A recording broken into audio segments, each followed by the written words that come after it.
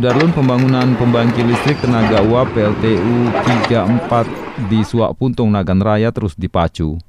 Proyek milik swasta berkapasitas 2x20 MW itu direncanakan rampung pada tahun 2024 mendatang. Pantauan di lokasi terlihat sejumlah pekerja terus memacu proyek PLTU yang berada berdekatan dengan PLTU 12 tersebut. PLTU itu disiapkan dalam rangka penyediaan suplai listrik di Aceh dan Sumatera dengan menggunakan bahan bakar pembangkit dari batu bara.